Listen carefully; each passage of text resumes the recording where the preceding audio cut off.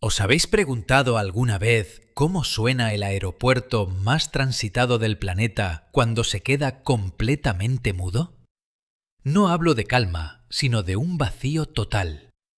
El Aeropuerto Internacional de Dubái suele mover a casi 87 millones de pasajeros al año. Su director ejecutivo, Paul Griffiths, pronosticó llegar a los 99 millones y medio en 2026, rozando la meta de los 100 millones. Pero en marzo de ese mismo año, el flujo cayó a 2 millones y medio de personas, un desplome del 66%.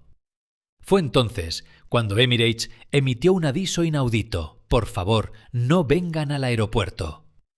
Imaginaos estar allí, con las maletas listas, viendo cómo vuestro móvil vibra con esa alerta en lugar de con vuestra tarjeta de embarque. Sin megafonía, sin pantallas parpadeantes, sin el murmullo de la multitud.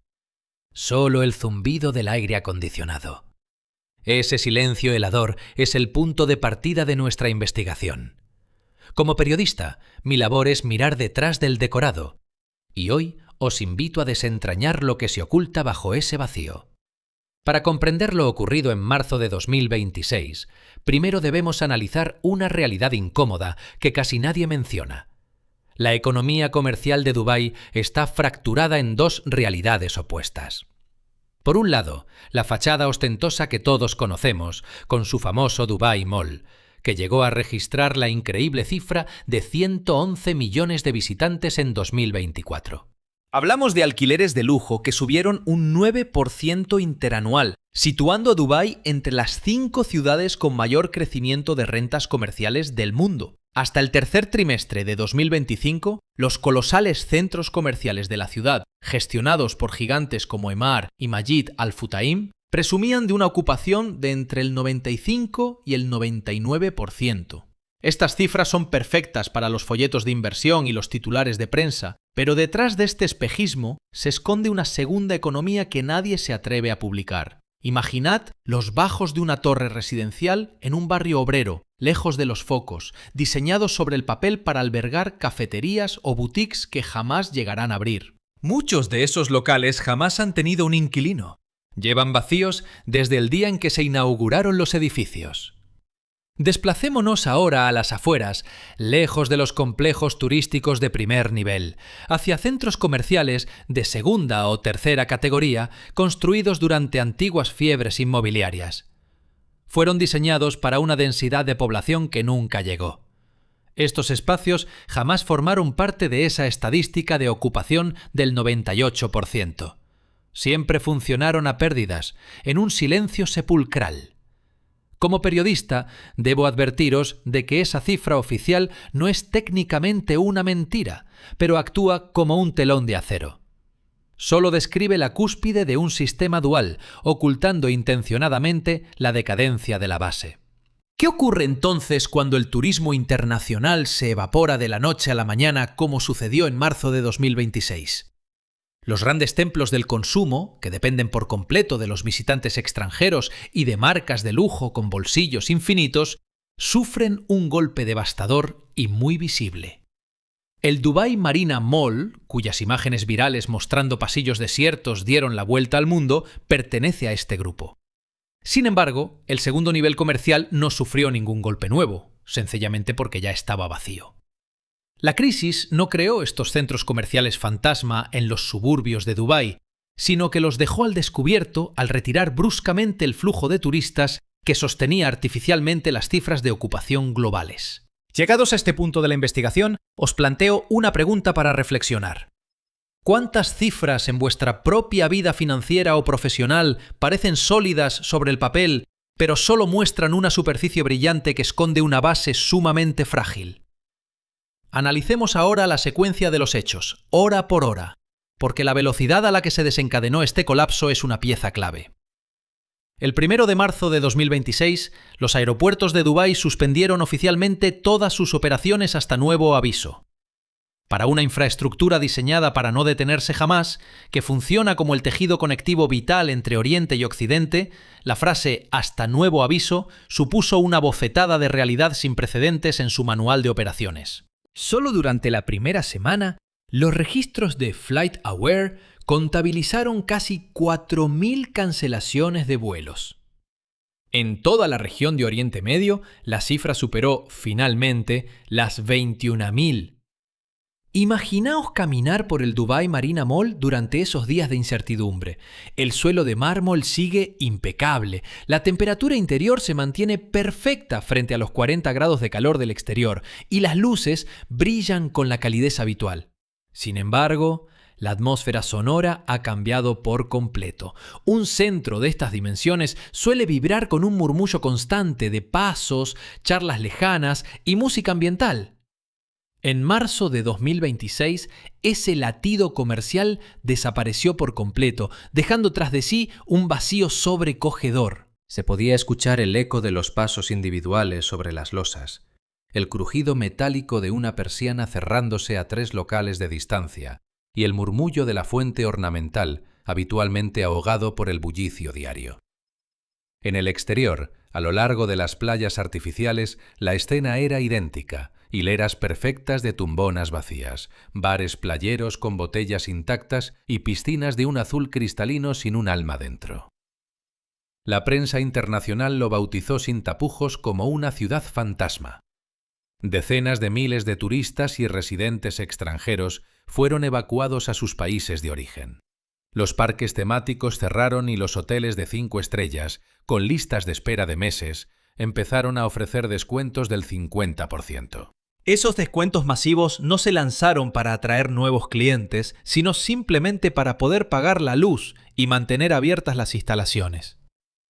Si empezáis a vislumbrar con qué rapidez un sistema que presume de ser el más vibrante del mundo puede colapsar hasta el punto de rogar que no vayáis, entenderéis por qué mi investigación se centra en estos patrones. Los datos reales son mucho más demoledores de lo que mostraban los vídeos virales de Internet. A mediados de marzo, la ocupación hotelera en Dubái se desplomó del 80% con 7 décimas a un escaso 22% con 8 décimas. La agencia Moody's proyectó que caería hasta un 10% en el segundo trimestre de 2026. Un hotel con apenas un 10% de ocupación no es un negocio operando con pérdidas ordinarias, es un edificio vacío con camas dentro. Las transacciones inmobiliarias cayeron un 51% solo en la primera quincena de marzo. Para frenar la sangría, el gobierno de Dubái inyectó un paquete de rescate de emergencia de $272 millones, un desembolso astronómico que evidencia la gravedad del diagnóstico interno. Los gobiernos no despliegan cientos de millones de dólares solo por una mala racha semanal. Mientras tanto, la meta de los 100 millones de pasajeros para el aeropuerto se pospuso de 2026 a 2027. Un año de progreso borrado en semanas. El petróleo apenas representa el 1% del Producto Interior Bruto local. En cambio, el turismo supone casi el 20%, el comercio un 24% con 5 décimas y el 92% de la población son expatriados. Hablamos de personas cuya estancia en este país es una elección voluntaria que depende directamente de si el sistema sigue funcionando. Si los vuelos se cancelan, el turismo muere. Si el turismo muere, los grandes centros comerciales se resienten, arrastrando los empleos del sector. En ese punto, los trabajadores extranjeros se plantean una pregunta incómoda. ¿Vale la pena seguir aquí? Todas estas desalentadoras estadísticas apuntan a un sistema que ya mostraba grietas silenciosas antes del colapso. ¿Cuántos sectores estaban ya heridos de muerte antes de recibir este impacto externo? Aquí es donde surge la pregunta estructural que casi ningún medio se atreve a formular en voz alta. Los planes oficiales contemplan la apertura de 7 nuevos centros comerciales en los Emiratos Árabes Unidos durante 2026. Sí, habéis oído bien. 7 colosos comerciales nuevos en un mercado que acaba de sufrir su peor crisis de consumo desde el año 2009. La maquinaria de propaganda que sostiene la marca de Dubái, basada en que cada proyecto debe ser más colosal que el anterior para demostrar un crecimiento infinito, sigue girando. Las grúas de estas obras ya estaban en marcha antes de marzo y no se han detenido. Tratemos de visualizar el escenario en el que van a irrumpir estos nuevos gigantes comerciales. El sector de lujo, representado por el Dubai Mall o el Mall of the Emirates, que operaban con tasas de ocupación cercanas al 98%, se recuperará con relativa facilidad. Su renombre internacional y sus ubicaciones privilegiadas volverán a atraer capitales en cuanto la confianza se estabilice en los mercados globales. Pero el segundo nivel, esos locales vacíos en los bajos de las torres residenciales y los centros comerciales de periferia que jamás saborearon las mieles del éxito, se quedará atrás. Aquellos locales nunca se diseñaron para atraer a nadie, sino bajo la ingenua asunción de que la marea del crecimiento los levantaría a todos. Cuando la expansión económica se frena, aunque sea de forma transitoria, este escalón secundario comercial no se toma un respiro, simplemente se congela en la nada. Y en medio de esta parálisis proyectan levantar 7 centros comerciales adicionales. Más metros cuadrados construidos y más locales compitiendo por un número limitado de compradores, en un ecosistema donde el 92% de los residentes acaban de constatar de la manera más cruda que su estancia allí tiene fecha de caducidad. Esta es la verdad incómoda que los titulares sobre la supuesta recuperación económica nunca os van a contar, porque la prensa oficialista solo mide los datos del aeropuerto y del Dubai Mall, los únicos indicadores visibles que les interesa mostrar al mundo. Nadie sigue el rastro de ese local en la planta baja de una torre residencial en Al Furjan, un espacio que lleva vacío desde 2019 y que, con total probabilidad, seguirá igual en 2027. Como periodista, he aprendido que las crisis no siempre crean el vacío. A veces solo le quitan la venda a los ojos de quienes miran con atención, revelando que no es un caso aislado, sino un patrón sistémico. Antes de cerrar esta investigación, hay una realidad oculta que las imágenes de playas desiertas y centros comerciales silenciosos no muestran. Hablo de las personas que daban vida a esos lugares. Cuando el bullicio habitual se apaga y cada pisada resuena con un eco fantasmal, en ese centro comercial sigue habiendo guardias de seguridad, personal de limpieza y empleados esperando detrás de mostradores vacíos. Cuando un aeropuerto suspende sus operaciones hasta nuevo aviso, el personal de tierra, los maleteros y los agentes de facturación no desaparecen por arte de magia.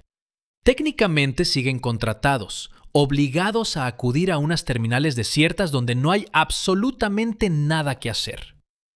Al indagar en las cifras, vemos que cuando la ocupación hotelera se desploma al 22,8% y luego cae hasta rozar el 10%, las camareras de piso, que antes limpiaban 30 habitaciones al día, ahora apenas limpian 2, o ninguna.